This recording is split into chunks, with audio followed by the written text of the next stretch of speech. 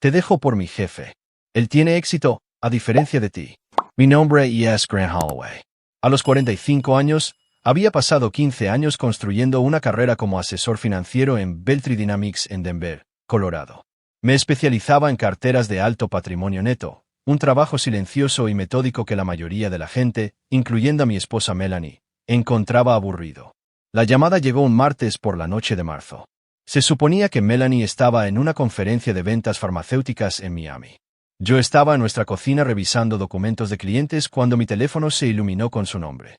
Necesito decirte algo, dijo, con una voz extrañamente tranquila. No voy a volver a casa. Dejé mi bolígrafo. ¿Qué pasa? He conocido a alguien. Ha estado sucediendo desde hace un tiempo. Su voz tenía ese tono ensayado que usaba con los clientes difíciles. Es Russell, mi jefe. No dije nada, solo la escuché respirar a través del teléfono. Él me entiende. Vi mi potential. Hizo una pausa, y luego me clavó el cuchillo. Ya he vaciado nuestra cuenta de inversión conjunta. Mi abogado dijo que era lo más inteligente. La cuenta conjunta que habíamos construido durante 12 años de matrimonio, la que ella rara vez revisaba pero de la que disfrutaba los beneficios. Entiendo, dije en voz baja. ¿Eso es todo? ¿Entiendes? Su voz se quebró ligeramente, la primera emoción genuina en la conversación. Quiet, Melanie. Terminé la llamada y puse mi teléfono boca abajo sobre la encimera. Luego abrí mi portátil e inicié sesión en nuestro portal financiero. Había iniciado una transferencia, por supuesto. $212,000 de lo que ella pensaba que era nuestro principal fondo de inversión. Lo que apareció en mi pantalla confirmó lo que ya sabía. La transferencia estaba pendiente de aprobación. Mi aprobación. Cerré el portátil sin hacer nada. 6 meses antes, había notado las primeras señales. Conferencias de fin de semana que no aparecían en el calendario de su empresa. Cargos por cenas en el centro de Denver en noches en las que supuestamente estaba fuera de la ciudad. Una llamada perdida de Russell a las 11 de la noche que ella se apresuró a explicar. Ser un hombre de números tiene sus ventajas. Uno nota patrones. Uno planea con anticipación. 3 meses antes, había reestructurado nuestras cuentas, creando una nueva cuenta conjunta con un saldo modesto, mientras transfería silenciosamente nuestros activos reales a un fideicomiso separado. Los documentos estaban en el cajón de mi escritorio, firmados por Melanie sin que ella hubiera leído los detalles. Estaba demasiado ocupada enviando mensajes de texto debajo de la mesa. El sistema funcionaba exactamente como había sido diseñado. El retiro que ella había iniciado requería autenticación dual para cantidades superiores a $10,000, una medida de seguridad que había solicitado específicamente. A la mañana siguiente, descubriría lo que realmente significaba pendiente. Melanie y yo nos conocimos hace 17 años en una conferencia financiera en Chicago. Ella trabajaba para Lunar Ventures Pharmaceuticals, una empresa en ascenso con una prometedora cartera de medicamentos. Era ambiciosa, astuta y sabía cómo desenvolverse en un salón. Yo era tranquilo, analítico y notaba detalles que otros pasaban por alto. Nos complementábamos. Cuando nos casamos 2 años después, trazamos nuestro futuro con la misma precisión que usaba para las carteras de mis clientes. Excursiones de fin de semana a las montañas, cenas con colegas, un horario para construir nuestras cuentas de inversión, hijos para el 5.º año. Pero los hijos nunca llegaron. Después de 3 años de intentarlo, el veredicto del médico fue dado en su estéril consultorio. Mi bajo recuento de espermatozoides hacía improbable la concepción natural. Melanie lloró en el coche después. Le tomé la mano y le prometí que exploraríamos otras opciones. Nunca lo hicimos. En su lugar, se volcó en su carrera. Más conferencias, más cenas con clientes, más noches largas. Yo me centré en aumentar mi lista de clientes en Beltry, construyendo una reputación de rendimientos constantes y discretos que sobrevivían a la volatilidad del mercado. Nuestro hogar se convirtió en una estación de paso entre sus viajes y mis largas horas en la oficina. La primera grieta real apareció hace 3 años. Había planeado un fin de semana en Aspen para nuestro aniversario. Cuando se lo dije, dudó antes de decir que ya se había comprometido a un retiro de ventas ese mismo fin de semana. No puedo simplemente cancelar, Grant. Esto es con el equipo ejecutivo. Fui solo y caminé por los senderos que alguna vez habíamos disfrutado juntos. Cuando llamó esa noche, pude oír risas y música de fondo. Siguieron más grietas. Las vacaciones por separado se convirtieron en algo normal. Las conversaciones se redujeron a la logística de la casa o las facturas. La intimidad física se redujo a encuentros ocasionales y superficiales que parecían elementos marcados en una lista. Luego llegó Russell Phillips, su nuevo director regional. De repente, Melanie se ofrecía como voluntaria para cada comité, cada conferencia, cada proyecto especial que pudiera cruzarse en el escritorio de él. Él valora mi opinión, decía. Cree que estoy desperdiciada en mi puesto actual. Noté el cambio en sus mensajes de texto y correos electrónicos, siempre manteniendo su teléfono boca abajo, saliendo para hacer llamadas, protegiendo con contraseña las carpetas de su portátil. Señales clásicas que había visto en otros matrimonios fallidos, pero que nunca esperé en el mío. No lock and front. En su lugar, observé, conté y me preparé en silencio. Documenté los patrones en una hoja de cálculo, fechas de cargos misteriosos, ubicaciones que no coincidían con su itinerario declarado, retiros de nuestras cuentas que excedían nuestros límites de gasto acordados. Cuando dejó su correo electrónico abierto una mañana y vi la confirmación del hotel para una habitación a su nombre y al de Russell, no dije ni una palabra. Simplemente ajusté mis planes. A la mañana siguiente de su llamada, me senté en mi oficina en casa mirando la solicitud de transferencia, que seguía parpadeando en mi pantalla. $212,000 pendientes de aprobación. Con un clic, podía denegarla.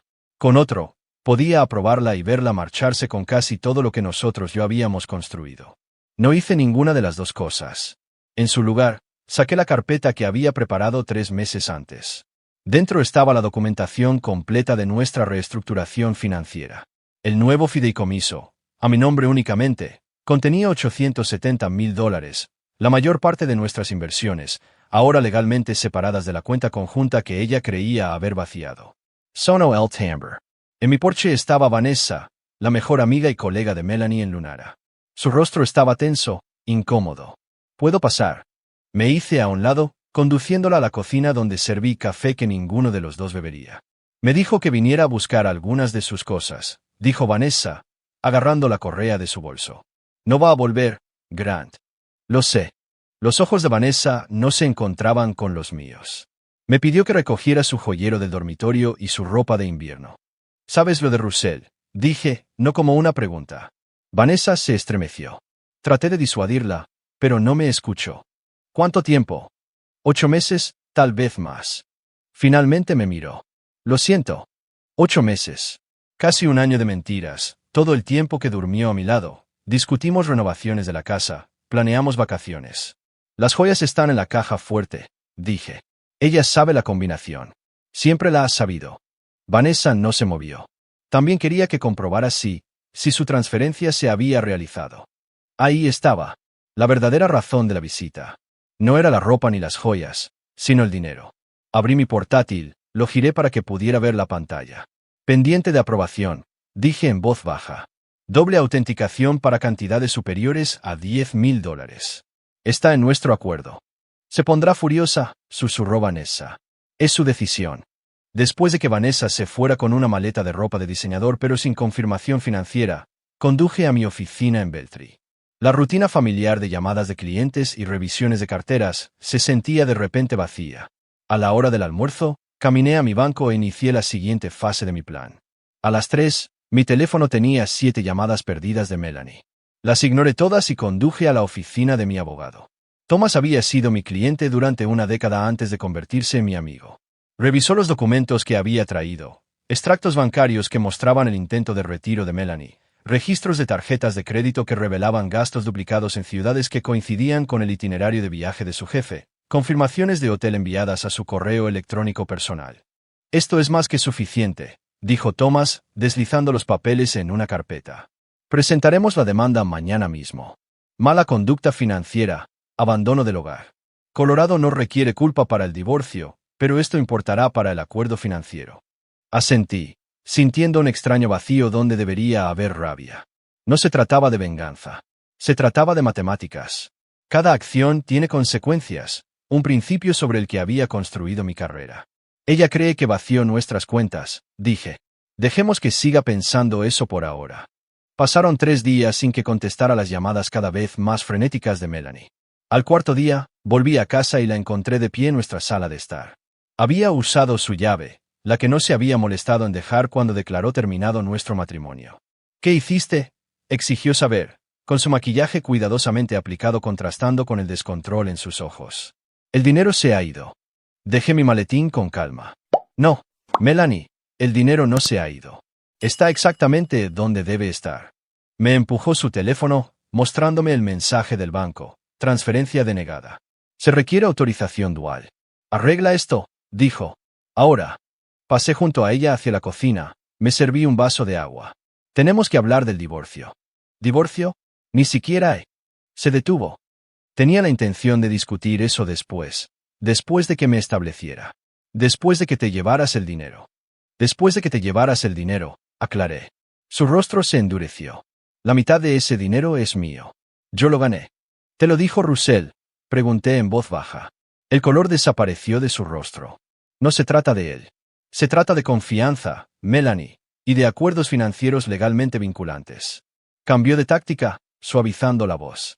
Estaba alterada. No quise terminar las cosas así. Deberíamos hablar de esto como es debido. El repentino cambio, la conciliación. Esta era la Melanie que cerraba ventas difíciles, que convencía a médicos reacios a cambiar las recetas. La había visto perfeccionar esta técnica durante años de cenas. Thomas Wilson se encarga del divorcio, dije. Puedes pedirle a tu abogado que se ponga en contacto con él. Sus ojos se entrecerraron. ¿Ya tienes un abogado? Presenté la demanda ayer por la mañana. Caminó por la sala de estar, con los tacones repiqueteando contra los pisos de madera que había insistido en instalar el año pasado. No puedes simplemente dejarme sin acceso a nuestro dinero, Grant. Lucharé contra esto. ¿Cómo es tu derecho? Mi calma parecía enfurecerla más que una discusión. Cogió una foto enmarcada de nuestra repisa nosotros en Aspen, antes de las vacaciones por separado y la arrojó contra la pared. El vidrio se hizo añicos por todo el suelo. Russell tenía razón sobre ti, siseó. Eres patético. Sin ambición. Senegales. Miré el marco roto, el vidrio astillado sobre mi rostro sonriente. Voy a necesitar que me devuelvas la llave. Esto no ha terminado, dijo, rebuscando en su bolso y lanzando la llave sobre la mesa de centro. Ni siquiera cerca. Después de que ella saliera furiosa, barrí los vidrios rotos, con cuidado de recoger cada fragmento. Luego me serví 2 dedos de bourbon e hice una llamada. Vino a casa, le dije a Thomas. Era de esperar, dijo. El banco le notificó sobre el rechazo de la transferencia. Sí, quiere acceder a nuestro dinero. Thomas se rió entre dientes. Mucha suerte con eso. El fideicomiso es blindado. A la mañana siguiente, mi asistente en Beltry dejó una carta en mi escritorio del abogado de Melanie, Carlton Hayes. El membrete del bufete mostraba oficinas en el centro y 3 socios con nombre. La carta exigía la liberación inmediata de los bienes matrimoniales conjuntos y amenazaba con acciones legales por abuso financiero y restricción del acceso legítimo a la propiedad compartida. Revisé la parte inferior, notando que Russell Phillips estaba en copia de la correspondencia. Así que su jefe estaba directamente involucrado ahora, usando sus contactos para presionarme. Esa tarde, Thomas presentó nuestra petición de divorcio enmendada, añadiendo documentación del intento de Melanie de vaciar las cuentas sin consultarme, junto con una solicitud de una orden de restricción temporal que le impidiera entrar en nuestra casa de nuevo. Creen que eres el débil, dijo Thomas por teléfono. Eso es bueno. Deja que te subestimen. No respondí a la carta del abogado. En su lugar, esperé su próximo movimiento, sabiendo que solo fortalecería mi posición con cada paso agresivo. En la planificación financiera, la paciencia es más que una virtud. Es una estrategia. 2 semanas después, recibí un mensaje de texto de un número desconocido. Café. Información importante sobre M. Fairale Café. 2 p.m. hoy. La curiosidad superó a la cautela. A la hora señalada, me senté en la esquina trasera del café, mirando la puerta. 10 minutos después, una mujer con un traje a medida entró, escaneando la habitación hasta que me vio. Jessica Arlo, directora de Recursos Humanos de Lunara.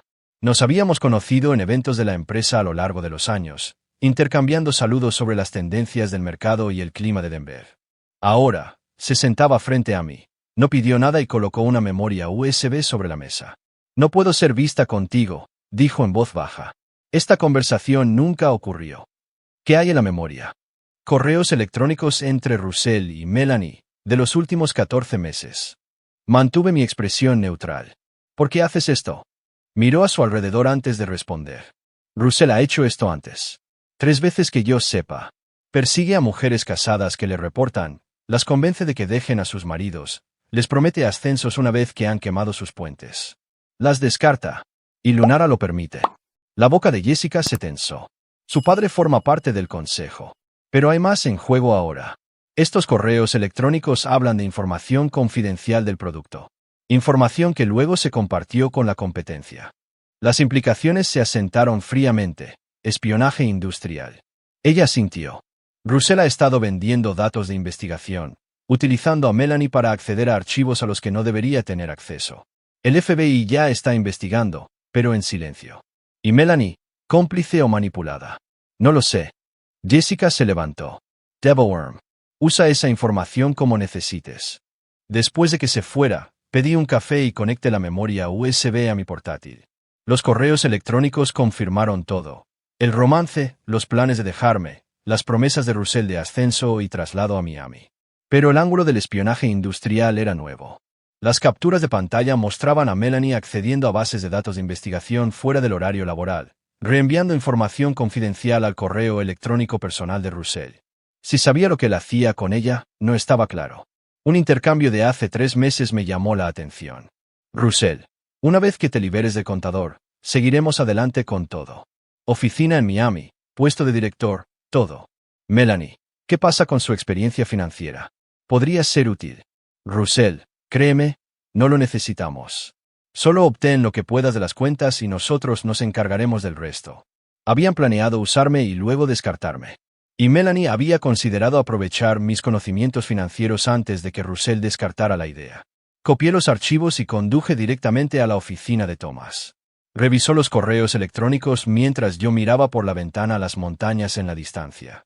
Esto cambia las cosas, dijo finalmente.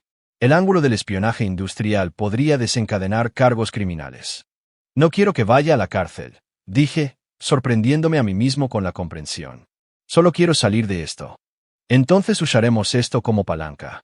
Ella renuncia a las reclamaciones financieras, firma el acuerdo de divorcio en nuestros términos y no compartimos esto con el FBI. ¿Y Russell? Thomas arqueó una ceja.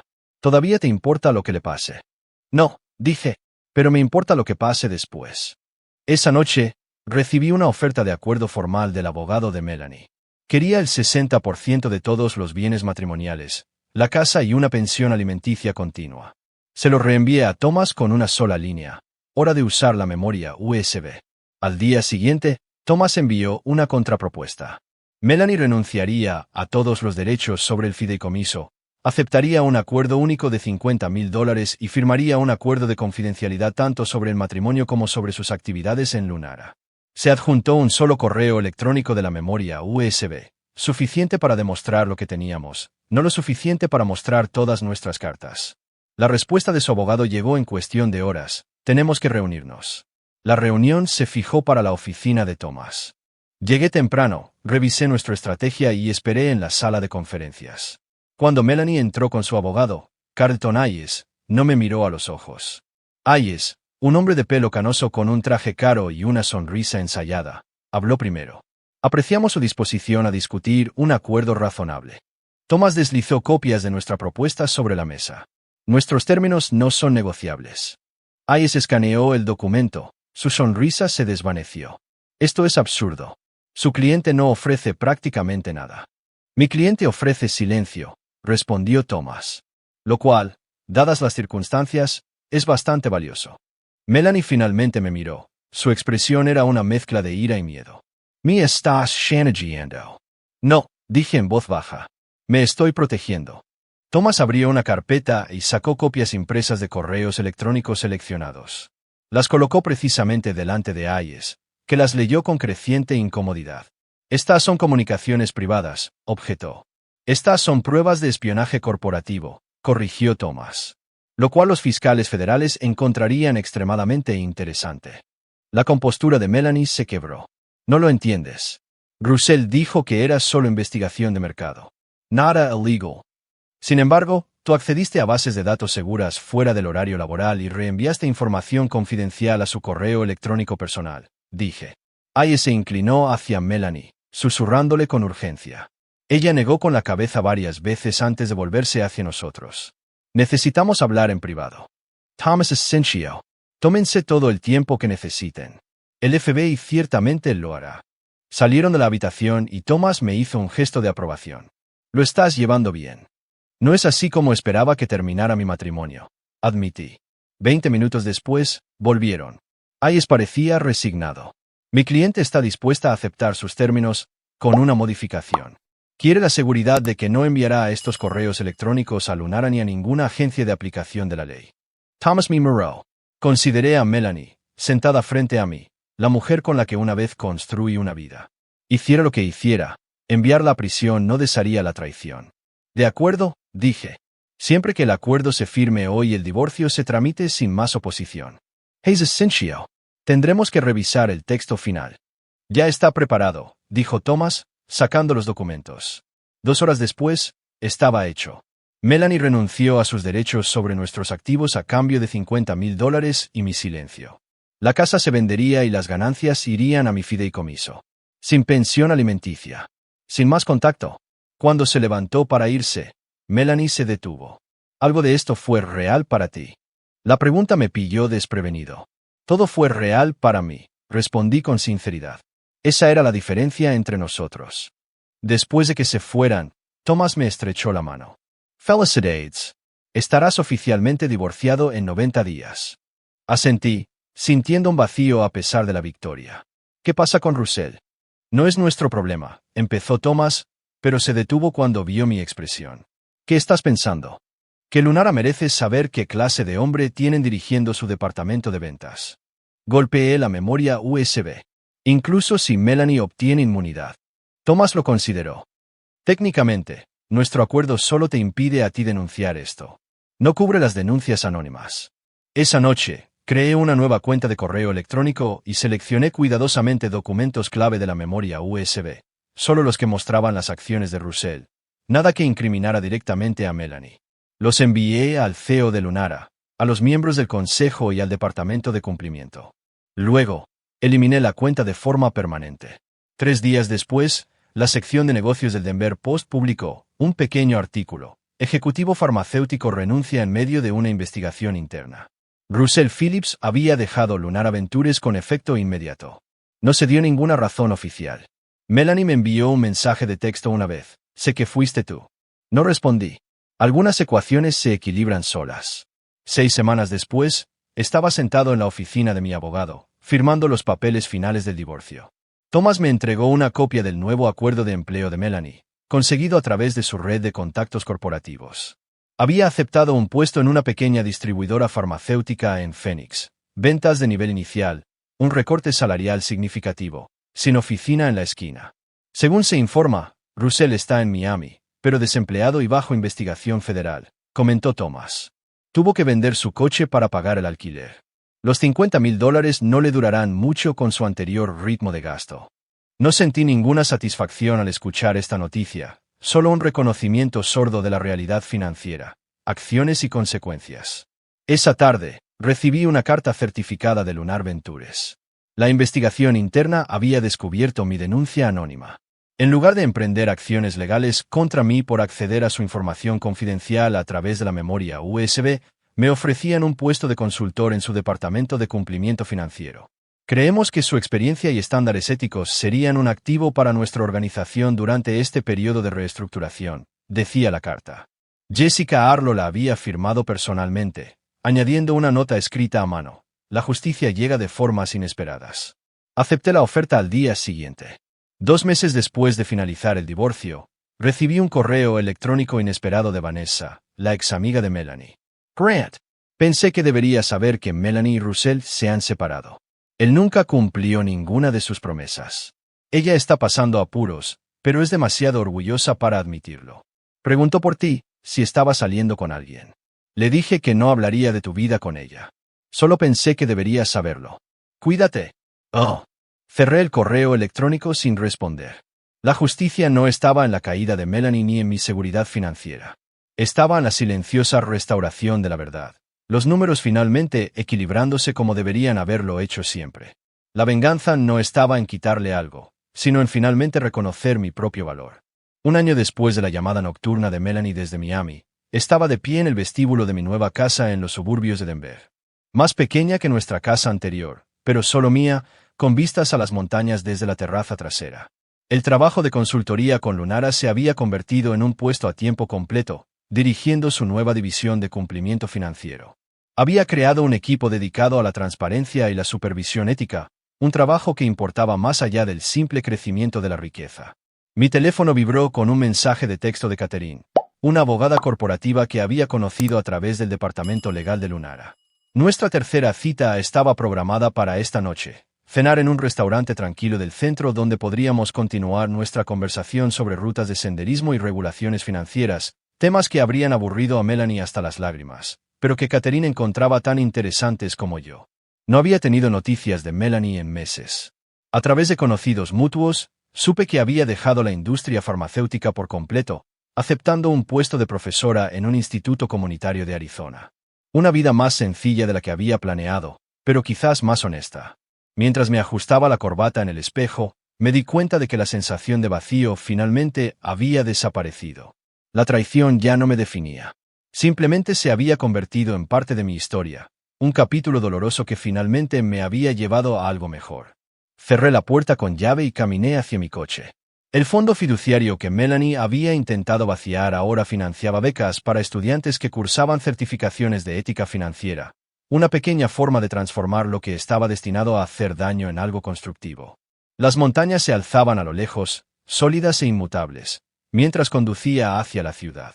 Se podía contar con algunas cosas. Algunos cálculos siempre se equilibraban al final. Había tenido razón sobre los números desde el principio. Pero lo más importante es que finalmente había acertado con la ecuación humana.